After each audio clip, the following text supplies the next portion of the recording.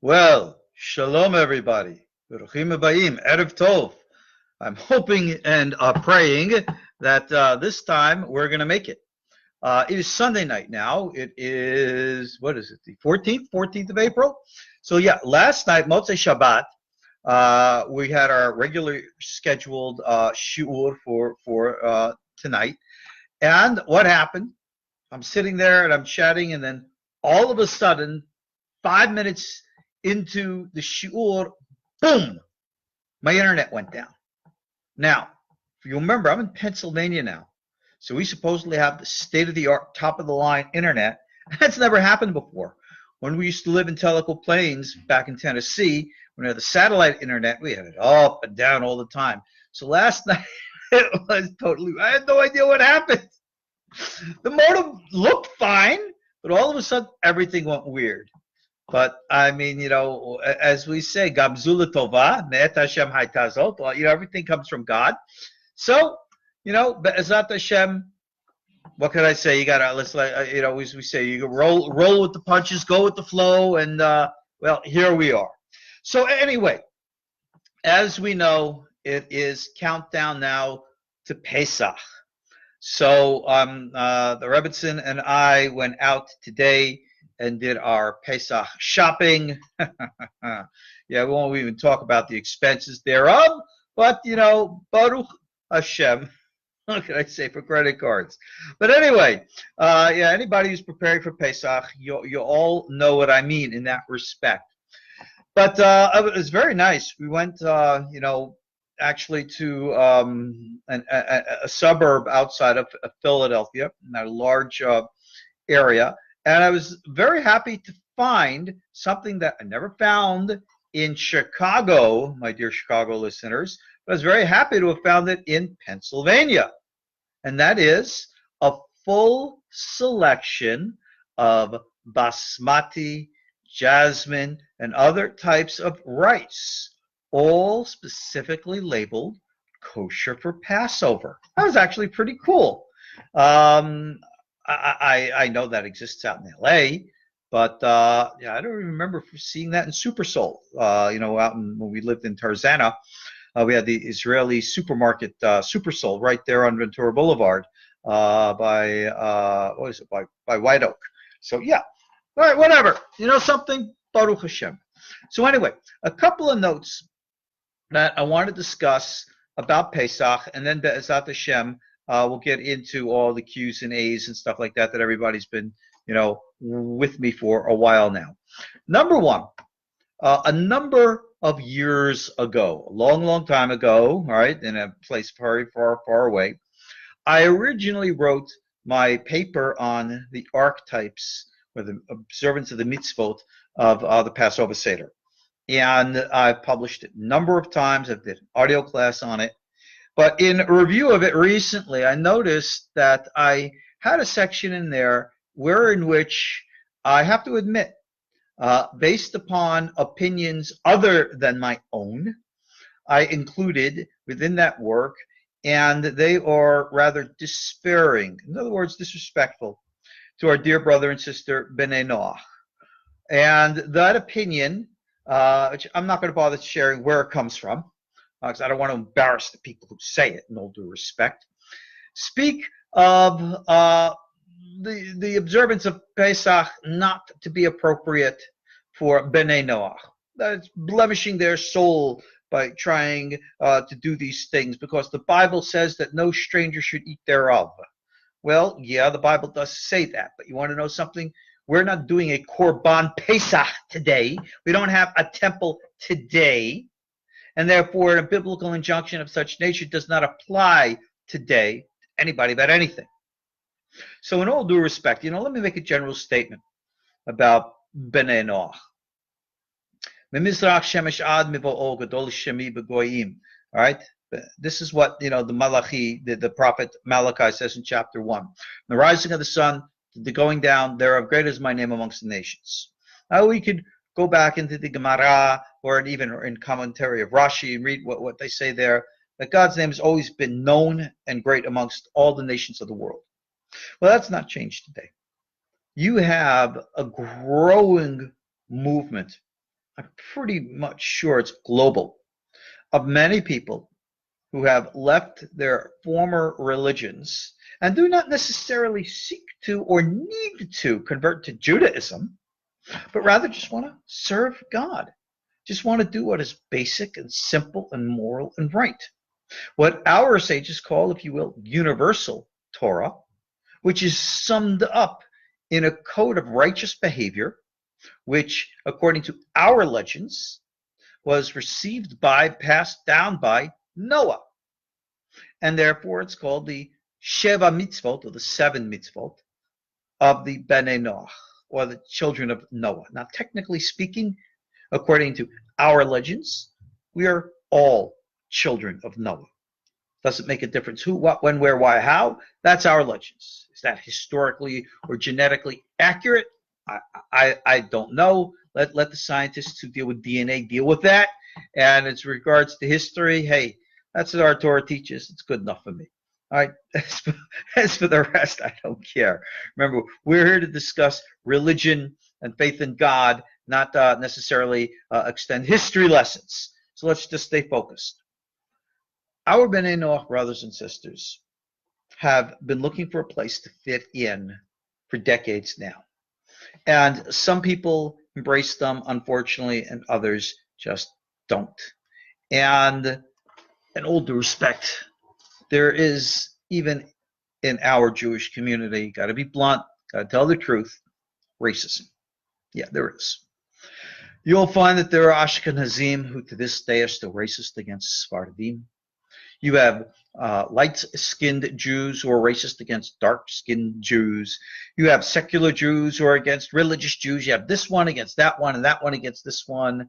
And you have a good number of Jewish people who just don't like non-Jewish people, whether they've been Benei or not. It's racism. Let's call it like it is, and I hope that you will join with me to condemn it for what it is. There is, all right, I'm going to be blunt, all right? I know I'm going to get a lot of people upset with me for my bluntness, but no one's ever accused me of ever being politically correct now, so let me be blunt. There is an opinion in many Jewish philosophical circles, some Kabbalistic, some not, which speak of what I will call the myth, because I think it's a myth. I'm pretty sure it's a myth. Yeah, it is a myth, of what's called the Jewish soul. That if you're a Jew, somehow you have a special soul that all the others don't. And that somehow you're closer to God where all the others aren't. Well, let's dispel these myths. Let's dispel all the racism. I think it's very clear from Rambam. I think it's very clear from many of the great and holy sources that we know. With regards to coming close to God, doesn't matter if one's Jewish or not Jewish. Doesn't matter if one's male or female. Doesn't matter what one's station or status in life is. Remember famous Tana Debe Eliyahu, Eliyahu Rabbah, chapter 9, where the great Elijah, the prophet himself, says, I call upon heaven and earth to witness for me, be it a man or a woman, right? Jew or Gentile, free or slave. Everyone can receive Ruach HaKodesh based upon what they do. Indeed, even in his commentary to Rambam and the laws of Nibu'ah, prophecy, which is in Yesodei Torah, Rabbi Aaron Soloveitchik, the great, Rab from Chicago, was the Rosh Hashiva of Yeshiva University after his brother Yosef Baird passed away. He wrote very clearly, what would happen? Now think about this. If you have a non-Jew who practices righteousness and holiness and receives Ruach HaKodesh, and Hashem speaks to him, and it says, thus says Hashem to you, O Ben Noach, I'm raising you to be a prophet for my people Israel. Do we Jews listen to a non-Jewish prophet who would be sent from God? Rab Soloveitchik writes, the prophet, of course, would be subject to all the laws and testing of prophecy. And if it's proven that he's a prophet, then absolutely, positively, we have a halachic biblical obligation to hear and obey what that prophet would say. Even if that prophet was not Jewish, even if that prophet's a woman, doesn't matter, because this is the way of things. So, to my dear Benei Noach brother and sisters, for those of you who wish to partake in a Passover Seder, well, if you have Jewish friends who are, of course, Torah observant, and they wish to invite you and you wish to embrace and be part of that, by all means, why not celebrate? Right? What is Passover all about? Let's put aside all the mysticism of the Kabbalah, of the Mochin, which I translated the whole thing. I have it in my Cycles book. If you want to read the written version of it, of course, I have the audio version for free available on my YouTube channel.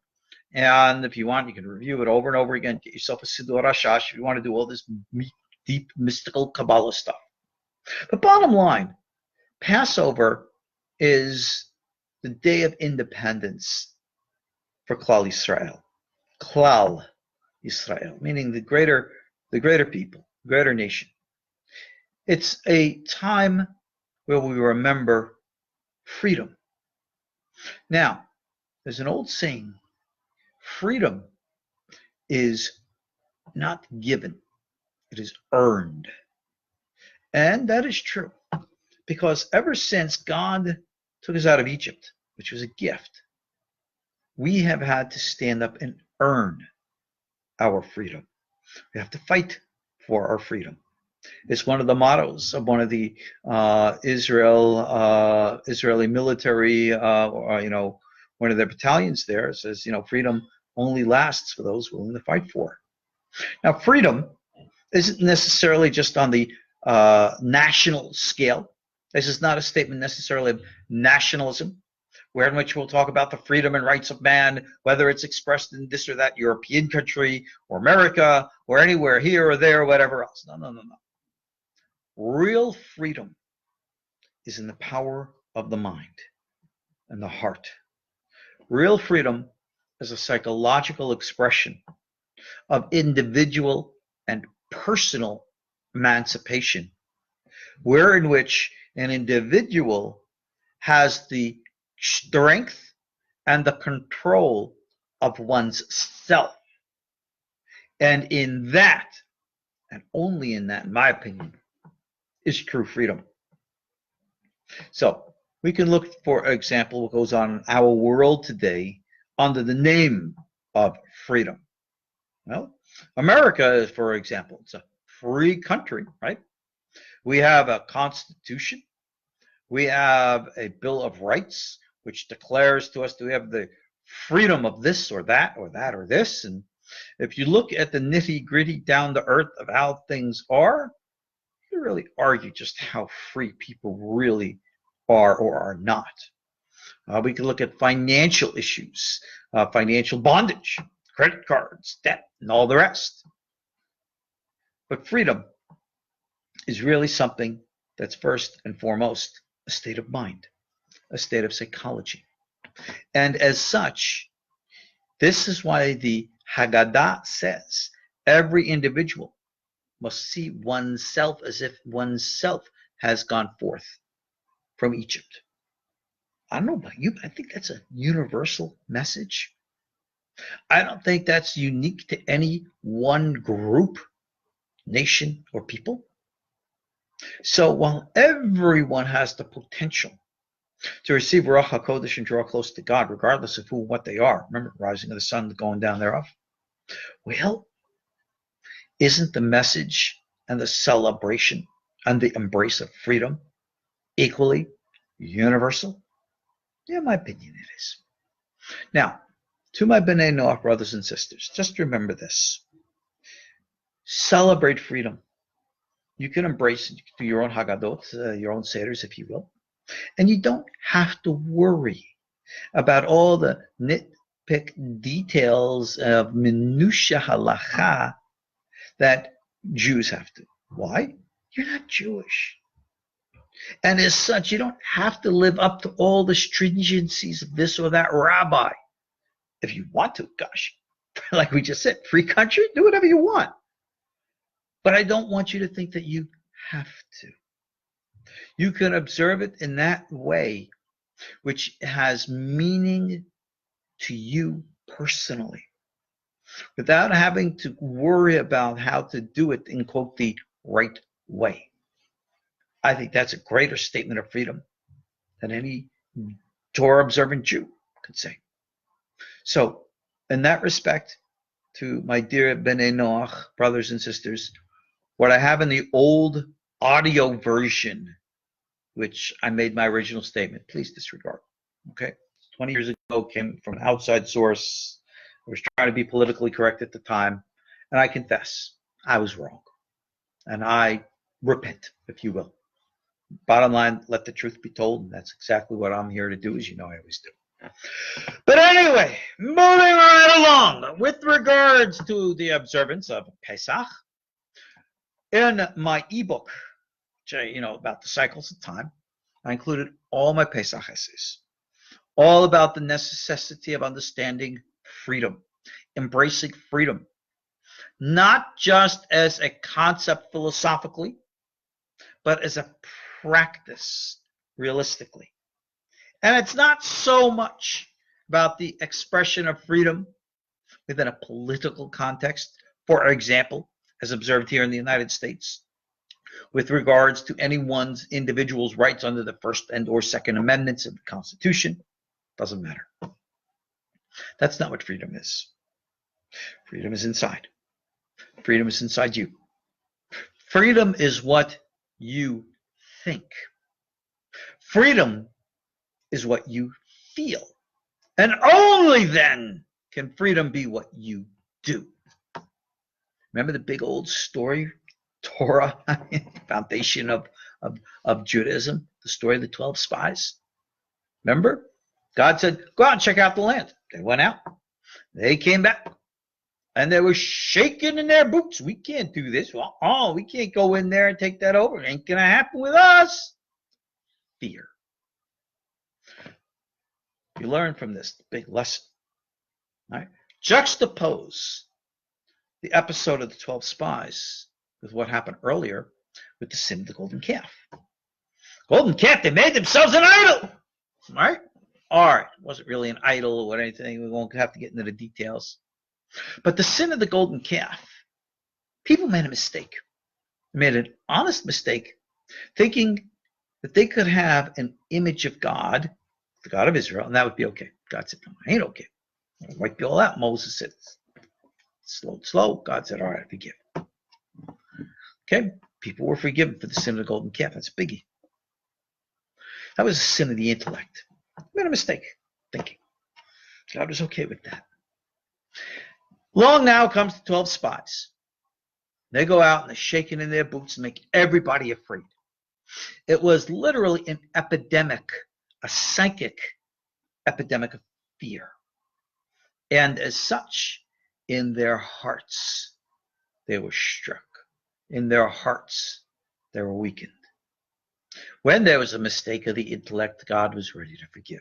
So cool, I understand you eat of the tree of knowledge, good and evil. You don't understand things clearly. All right, we'll deal with it. But fear is in the heart. And heart's the essence of our humanity. When God saw that the nation was afraid, it's as if God was saying, I could take the people out of Egypt, but I can't take Egypt out of the people. I guess I can't save these people after all. So I guess we'll just have to hang out in the wilderness for 40 years and wait for everybody to die. And once everybody's dead, well, their children, next generation, right? They'll take over the land. And of course, that's what happened. So you see, here we are today. How many of us are still slaves? Think about it. What are you a slave to? Are you addicted to anything? No, I'm not talking about sex, drugs, rock and roll. I'm not talking about alcohol or all this other stuff. How about just being addicted to, I don't know, overworking or just bad behavior or this one, that, whatever that you cannot control and controls you, we could say you're addicted to. Well, Think about it. How many of us does that apply to? How many of us are addicted to, I don't know, shopping, eating out, being overweight, whatever. I mean, there are 100 different ideas, examples we could give. Freedom is when you are in control. Now, you want to get Kabbalistic here? Go back and listen to my classes in which I talked from the secrets of Purim, from the Shara Kabbanot, where which the Ariel through Chaim Vital revealed that during this time of exile, we have the ability to manifest in our hands all the miraculous power of heaven in the form of natural practice. Supernatural, that becomes natural. And we can do it all. It's interesting. But even in the book Emunot V'Deot by Rabbi Saadia Gaon, talks about the coming of Mashiach. And he writes there, I forget exactly chapter, verse, so you'll forgive that. He says, in the end of days, when it's coming time for Mashiach to come, if the righteous do not rise up and begin the redemption, God will work with the unrighteous. Oh, evil, wicked people. And many religious circles point to those words of Rabbi Saadia Gaon and say, those are the secular Zionists. Because ultimately, what I respect most about Israel is that they were the ragtag survivors of the worst oppression in human history, the Holocaust. And they, you'll forgive my language, kicked ass. They did everything necessary. They didn't sit back and wait for God to act. They actually, without even knowing it, fulfilled the Kabbalistic edict of the Shara Kabbanot. And they took matters into their own hands. And God says, I like that. I bless you. Keep it up. That's the great secret of Purim. And ultimately the underlying message of Pesach. Yes, God redeemed us from Egypt. But we have to maintain that redemption, and like the 12 spies, not in our hearts, go back the old way. Got to move forward. What happened to my internet there for a second? It blinked out. Moving forward. You always have to do that. You have to be a mean, lean, killing machine. You always have to be tough. Our world is not a garden. Our world is a jungle. Remember that old 1960s song? I'm sure some of you will remember who sang it. I don't remember. It was a woman. I beg your pardon. I never promised you a rose garden. We don't live in a rose garden anymore. We got kicked out of the garden. We live in a jungle. And in the jungle, you got lions, and tigers, and bears. Oh, my. Remember that? Wizard of Oz? Yeah. That's what it's like. Walking the yellow brick road. That's what we do. Okay? We live in a tough world. And in a tough world, you got to be tough. Because that's the secret of the Kabbalah. That's the secret of the dinim, what we call mituka dinim, and the geburot. So when we are doing our Seder, these are the things that you have to keep in mind. So, practically, realistically speaking, all right, you want to focus on halacha, just remember, according to law, you have to drink for 4 cups of wine. I drink grape juice because I don't like the alcohol. And the minimum requirement for each cup, only about 2-3 ounces. You don't need more than that. I know people drink big goblets, this big. You don't need that. You want to, you do whatever you want. I don't care. For the size of the matzah, it's a size, not weight, of an olive. And with all the debates, you can go to what was Rabbi Shlifkin, is that his name? Rational Judaism, Natan Shlifkin. Go look at all of his stuff about the size of the olive, right? Piece of matzah that big. You don't need to eat half a big board of shmura. Just need 3 little pieces. One for hamotzi, one for motzi matzah, and one for korech. Little pieces like this. Done. When I make my own homemade matzah, which I pray God do every year, it's going to be small. All right? Be careful not to eat too much, thinking that somehow that is a more righteous way to do things.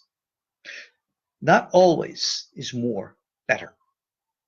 So realistically, practically speaking, this is the reality for Passover. You do not need to be pouring hot and boiling water all over your counters and everywhere else. Just clean things off neatly. Just self-clean your ovens. If you're of the Sephardic tradition and you use glass plates, you can use them all year round, even for meat and dairy, interchangeable, chametz, and Pesach all along. Ashkenazim, our brothers and sisters, do not do that. So you go get yourself whatever separate items that you want. Just remember this. If you want to do spring cleaning at this time, go for it. Do whatever you want. But you don't have to. Cleaning your kitchen for Passover shouldn't take you more than an afternoon. And obviously do it right before the holiday. In this year, 2019, we have, again, a Pesach first Seder. It's going to be Friday night. So I'll be cleaning up my kitchen Thursday afternoon, right before the B'tikat Hametz, Thursday night. Make it short, simple, sweet. That's what we really need to do, right? And everything is 100% kosher. We do not embrace the concept and idea that many others do called chozer v'ni'ur, return and reactivate.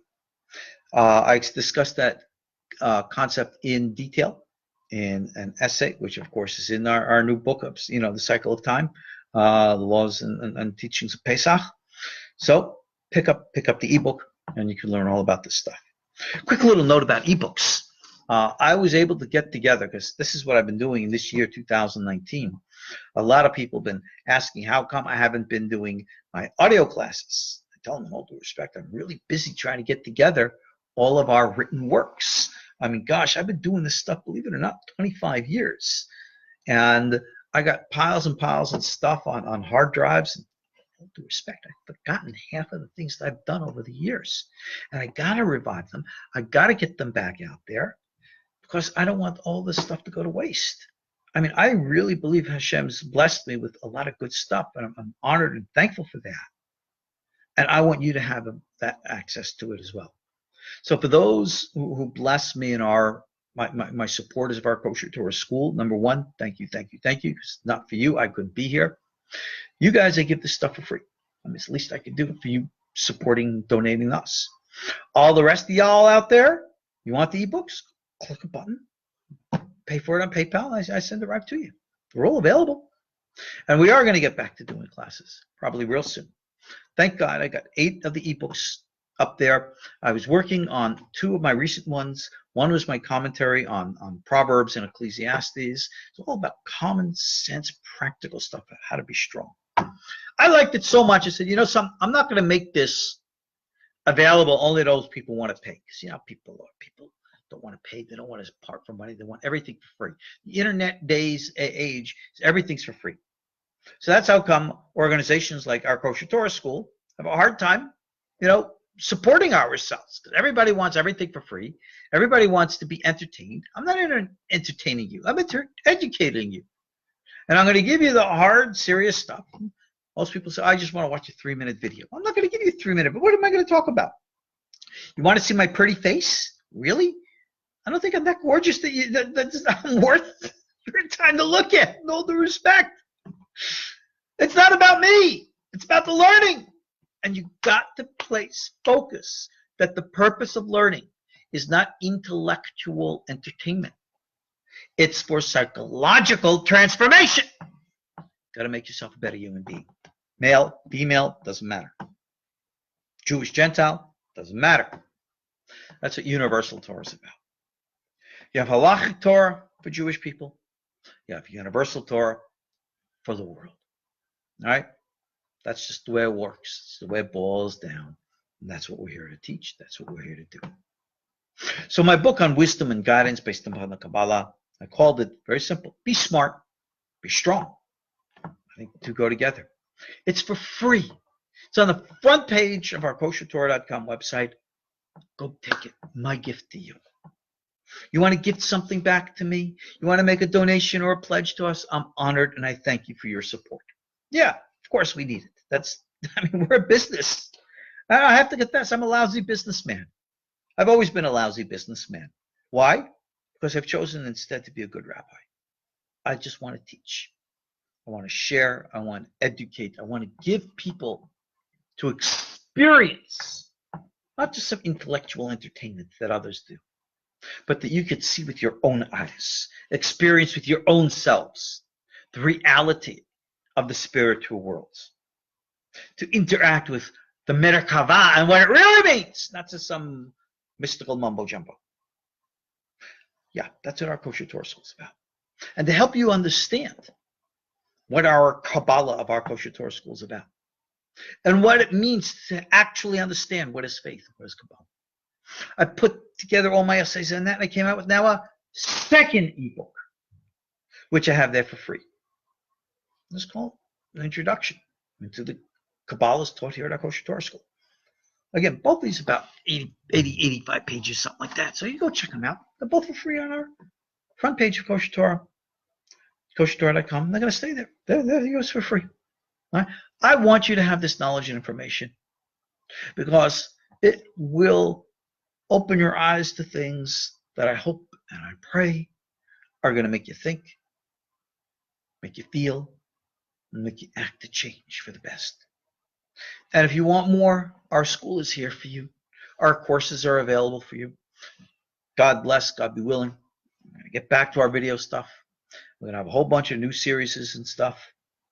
And for a minimum of donation of $50 a month, which I ask, hey, I can provide for you a whole lot of stuff. That's up to you. So for those of you who have always been, out there and supporting us, I thank you for that. Because like I said, it wasn't for you being here for me. I couldn't be here for you, for everybody else. For everybody else, you want to learn, hey, that's what I'm here for. So anyway, that's pretty much what's going on. Recently, last month, March? Gosh, I don't remember. I was out with the crew out in L.A. We did Ancient Aliens, and I had the opportunity to go to Las Vegas. Actually went up to the Little Alien Inn in Rachel, Nevada, which is like right on the other side of the hill of Area 51. And we talked about the identity of our little aliens. And yeah, the wind was blowing really hard. But something? Just pay attention and listen. I'm not here to produce professional grade audio, video stuff that doesn't, that's not what I'm all about. All right. Like I said, this is not movie production here. You want that? Go to Prometheus. Talk to the people who make Ancient Aliens. They're great at it, not me. I'm here just to teach and tell you the truth and show ideas to you and let you make up your own minds. That's all that I'm here for. So, well, we had a great time with Ancient Aliens. We did filming with them. Actually, I think it's right after Pesach. Probably going to be back in LA again, doing some more stuff. They got a second show now I think it's called The Unexplained. And I'm doing some interviews for that one as well. And it is being hosted by none other than Captain James T. Kirk himself, William Shatner. And I haven't met Mr. Shatner yet, but well, boy, I'm looking forward to that. That's really cool. I mean, growing up with Star Trek, that's really cool. So that's what's going on with that. Alrighty, I've done enough of my blabbing back and forth here. So I'm now going to start reading. You see, I got my reading glasses on.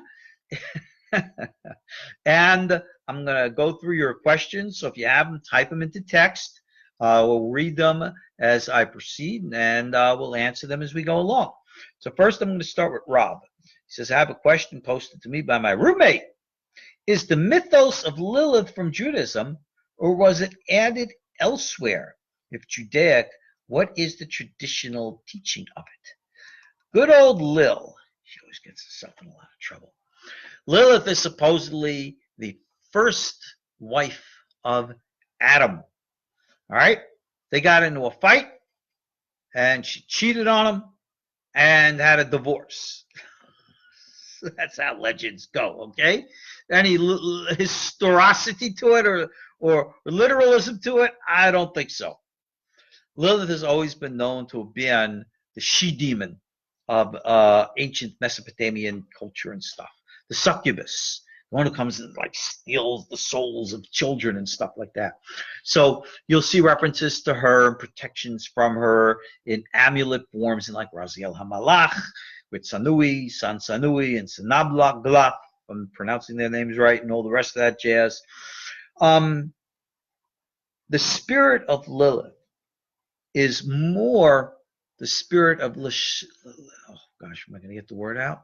Lasciviousness, promiscuity, where in which people act completely irresponsible, following the lusts of their sexual nature, as opposed to being faithful and true and disciplined, freedom, to the higher calling of what, emotional bonding, spiritual bonding, sexual bonding is supposed to be.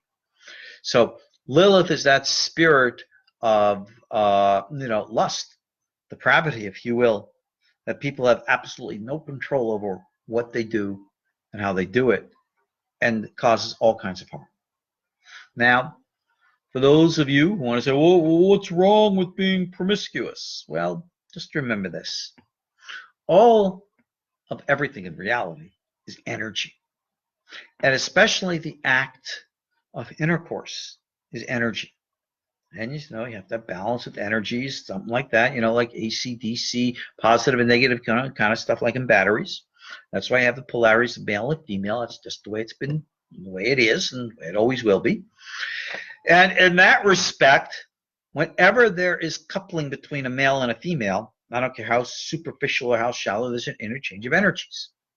And if you have energy level after energy after energy after energy after energy caked on one on top of another, it becomes almost impossible for a person who has so many combined energy fields to have a continuity of connection with a singular force.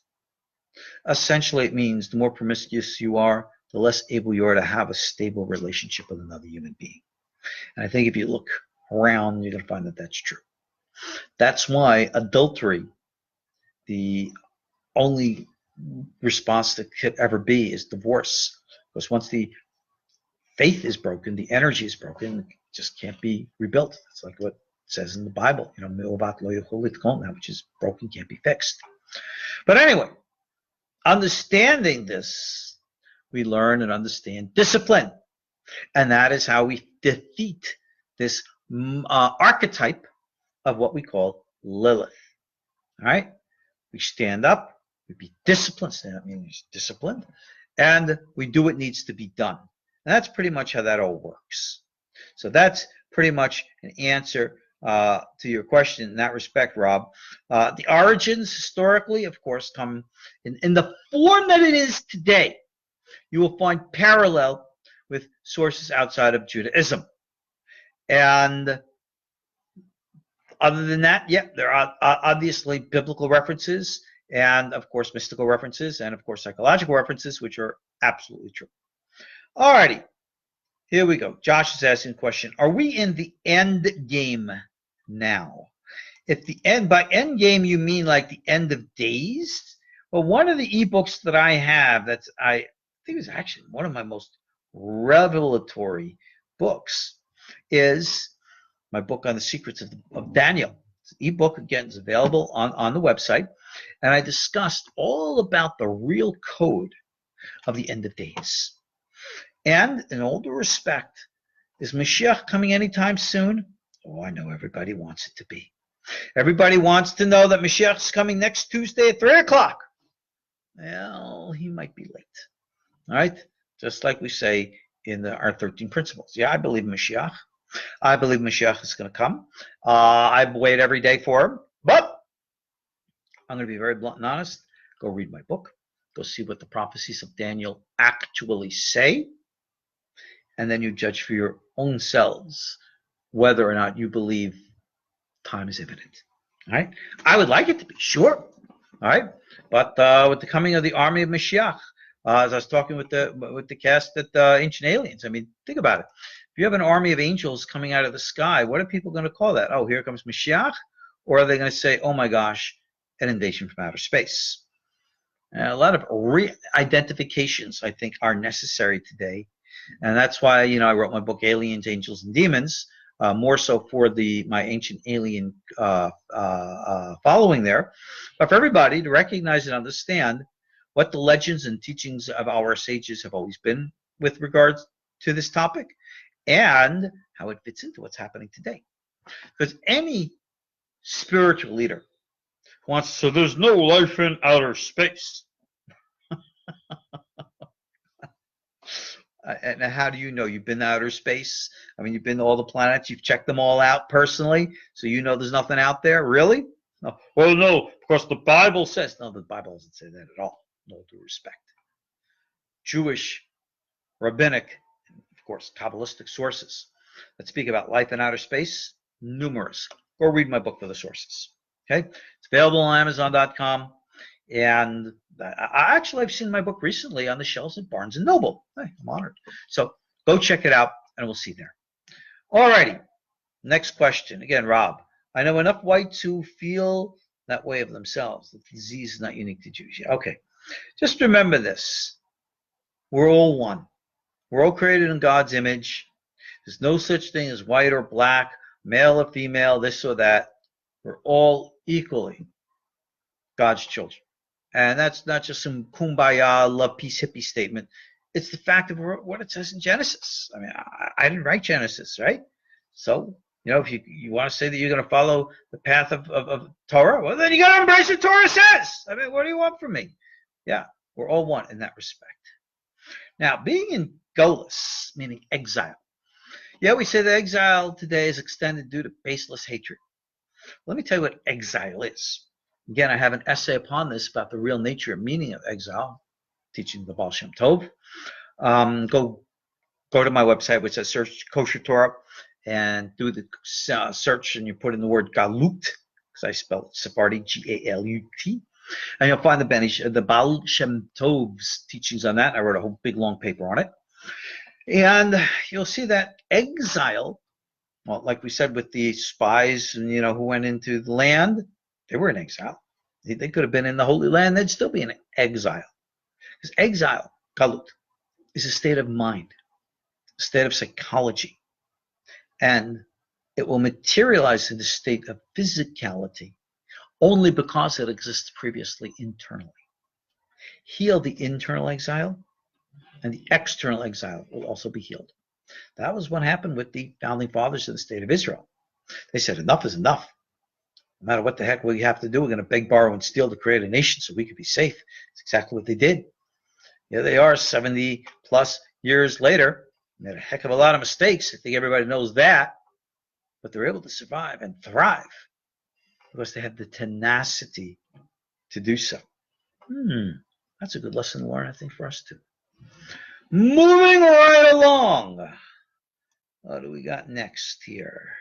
Freedom is not given, it is earned. Well, we discussed that. If you remember, it was given at Passover. But ever since then, we have to fight for it. And if you want to be respected, there you go. It's a state of mind, absolutely. And if you want to be respected, you want to be truly free. Free does not mean to be lawless. Free does not mean to be out of control. I can do whatever I want. So if I want to go, that's not being free. That's being a lunatic, right? Free means I choose. I have the ability. You can come up and punch me in the nose. I choose whether I want to get angry. I choose if I want to respond. Okay? That's power. That's freedom. That's what you always have to understand. That's true freedom as it is. So, somebody's saying, I hope we've all learned something in the last 20 years. Well, I hope we all do too.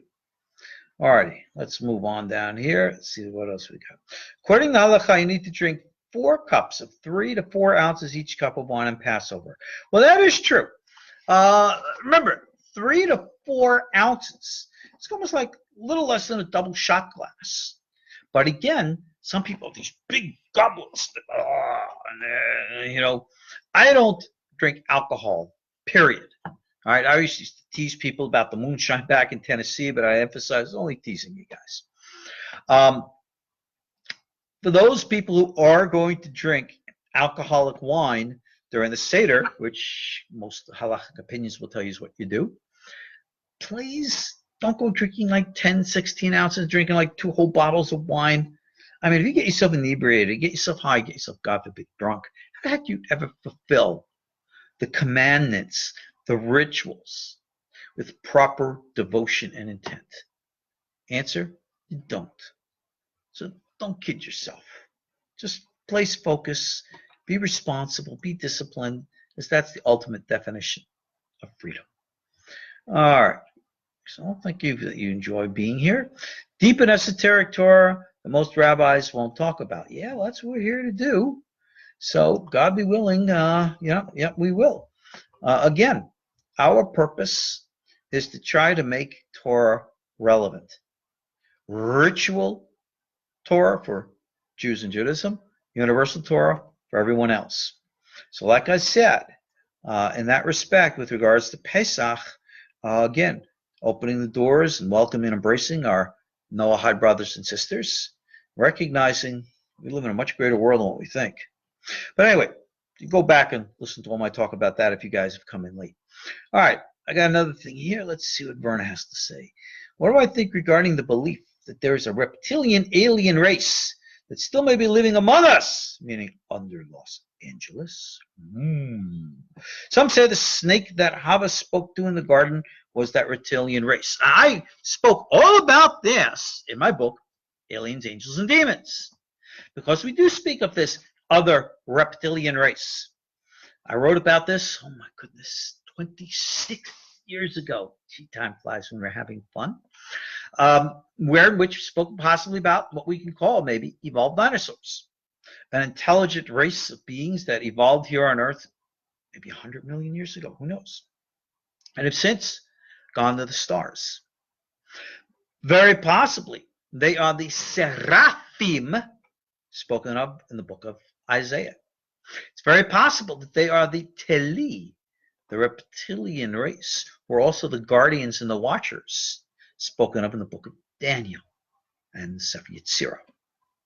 So, doesn't mean that all reptilian entities are holy and sublime, because only in Judaism and in the Chinese tradition is, maybe the old Druid, I don't know, that the dragon was actually viewed as a holy, respected animal. And yeah, there really are dragons. I mean, go read the book of Job. It speaks about dragons. It speaks about unicorns. So does the Talmud. For the record, it is believed that the animal called the Tachash, according to legend, I don't know how historical it is, but legend, that the Tachash animal, whose skins were used to cover the Ark of the Covenant, was nothing other than a unicorn. That'd be interesting, but who knows? But anyway, getting back to the good old reptilian races. There is, according to, UFO stories today, that there are reptilians and they're living in a secret city underneath Los Angeles. God only knows what's living underneath the city of Los Angeles, or underneath the city of New York, for that matter. I'm not going down there, so I don't want to know. And of course, is there any reality to these things? Again, who knows? The fact that, again, our Torah does teach about hollow earth, inner earth, and that there being multiple forms of races down there. The Hesed Abraham speaks about this in detail. I discussed all of this in my book and elsewhere. So who knows? There very well might be reptilian-style races down there who are not nice to us. There might be some association with those races and the Nachash in the Garden of Eden. But remember, the story of Adam and Eve and the eating of the tree and etc. and so on, this is a metaphor. There's no literalness to this. This is something well known in our Torah, Judaic circles. So when you read in Kabbalistic literature that the serpent seduced Eve, this is only symbolisms, legends told to relate to us deeper moral truths and not to teach us history. So let's just remember that and stay focused. So let's move on. I think we've answered that. All righty. what season are you on in Ancient Aliens? A whole bunch of them. I've been with the show now for maybe 6 years. So I see they're up to season 12 now, and I've seen myself in a couple of them. It's on Friday night, Shabbat, so I don't ever get to see myself on the programs. Everyone else gets. I don't see. So that's all. And remember, I'm just a minor guest. You don't give me more than a minute or two and stuff. But we go to the conferences a lot, and apparently people are very, very much aware of who I am and what I am. I mean, gosh. We had the conference back in November in Baltimore, and they scheduled me for a single lecture on, the topic of my book. And I was opposite Eric Mondanikian and Giorgio, of course. And I was expecting, all right, 20, 30 people might show up. I was stunned when we had the whole room packed wall to wall with hundreds of people. I said, gosh, just to listen to me? Wow. So we have the new Alien Con coming in June to Los Angeles. So we will be out there in June. For any of you who want to come and attend Alien Con 18 LA in June, I'll be there. And I think that there's also scheduled sometime in the fall, Dallas, Texas. Now, for those of you who don't know, if you're, not up to what's going on with our school here, we're presently in the middle of leaving Allentown, Pennsylvania. I'm not going to get into details, just didn't work for us. So the Rabbanit and I are looking for, greener pastures, if you will.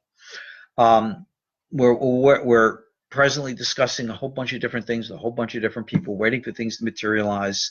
If any luck or blessing, we might actually end up in Texas. So you never know. Any of you guys down in Texas, you want to have another rabbi come on down there, give me a call. Let's be in touch, and who knows, might be able to materialize something. But you never know. So that's what's going on with that. And okay, Josh is asking, who is the Erev Rav today? Oh my goodness, Josh, be careful what you ask for, because you might not like the answer.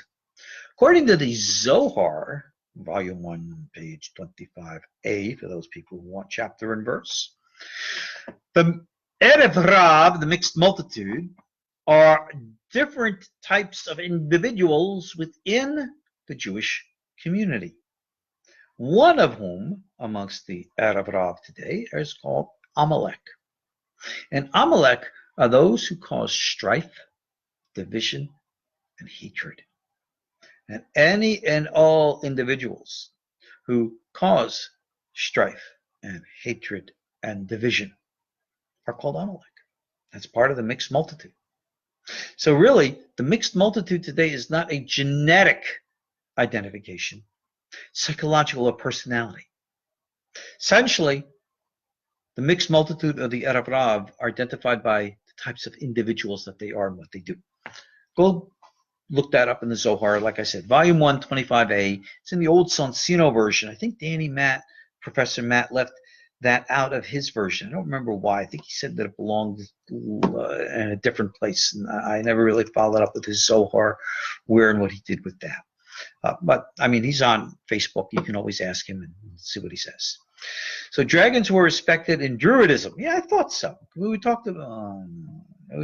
know a little bit about that stuff. The legends of slaying dragon refers to the Christian subject in defeating pagans. Yeah. No, I won't get into that right now. Next question. What was your first time in Vegas? And what did you think about it? Oh, I've been in Vegas a number of times. I've taught in Vegas for years and years. I was in Vegas many, many years ago in Henderson. I taught the local Chabad house there, the Or Midbar Synagogue. So I've been around the Vegas, and I'll be in and out of Vegas from time to time. It's a very nice place.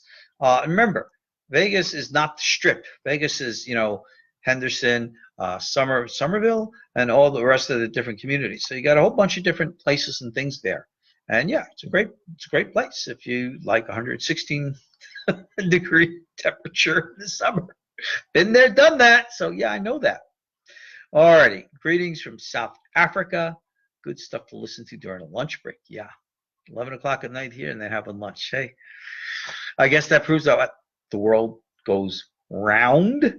I don't know what we're going to say to our flat earther friends there, but all right, what are we going to do? Alrighty, guys, we've pretty much filled up the hour. We talked about the things that we needed to talk about. Glad to be back, God be willing.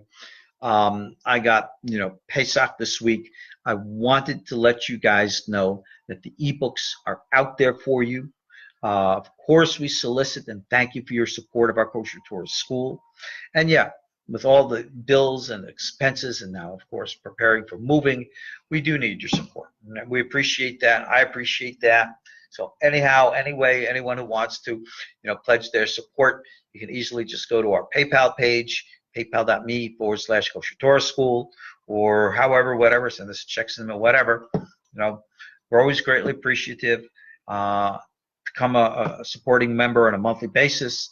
Get right now all my free books, and soon access to all the audio classes. And that's what we're here for. I'm here for you. You guys are here for me. So thank you all for that. All righty. We're ready to sum it all up? Yeah, I guess so. Cool. All righty. Still got a couple minutes left here, but it's pretty much what we've had to say. So listen, again, when it comes to Pesach, go listen, go read my essays that I have available in my ebooks and stuff. You go Google some of the stuff on the website. Take it easy. Don't go crazy. Remember, this is a time to be free, so act free. Enjoy the holiday for what it is. And Bezat Hashem will be back, and we'll talk about other stuff. I guess when the time comes. So thank you again all for joining me. Sorry about our problems from last night. Baruch Hashem, thank God we got through it tonight. And Be'ezrat Hashem, we'll be in touch, and we'll see you all soon. Thank you again all for your continuing support of our KosherTorah school, and God's blessings to you all, each in your every endeavor. Enjoy Pesach, but remember, just don't eat matzah and drink cups of wine. Embrace freedom in your practical day-to-day actions. Be strong, be tough, because that's what being free is. I'm your host, Ariel Tzadok from the KosherTorah School. Thanks for being here with me. Thanks for being here for me. God bless. Good night. Shalom.